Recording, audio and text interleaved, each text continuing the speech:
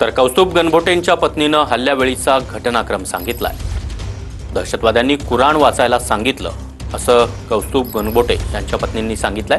आम्हाला सोडा अशी विनवणी करून देखील अतिरेक्यांकडून गोळीबार करण्यात आला असं देखील त्यांनी सांगितलंय।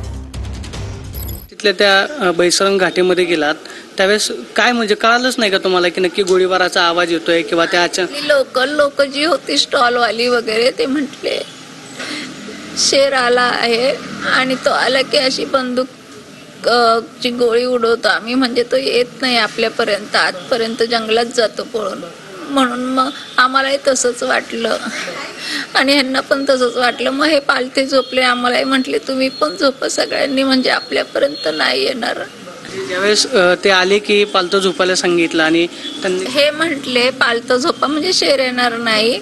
मी नाही झोपले, आम्ही बसून राहिलो आणि ते एकटेच झोपले होते आणि आम्ही बघत होतो इकडं तिकडं शेर खरंच आलाय का म्हणून, पण शेर नव्हता आला।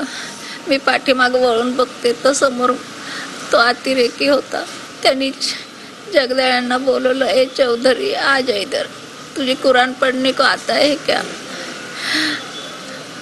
हाँ बोले मुझे आता है पढ़ने को, मैं आप जो बोलेंगे वो मैं करूँगा, आप हमें छोड़ दो। लेकिन उसने उनको गोली मार दिया।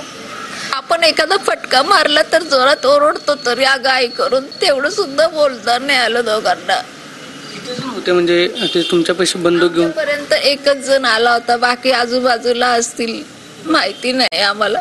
कॅमेरा पर्सन तुषार ननवरे, प्रदीप कापसे।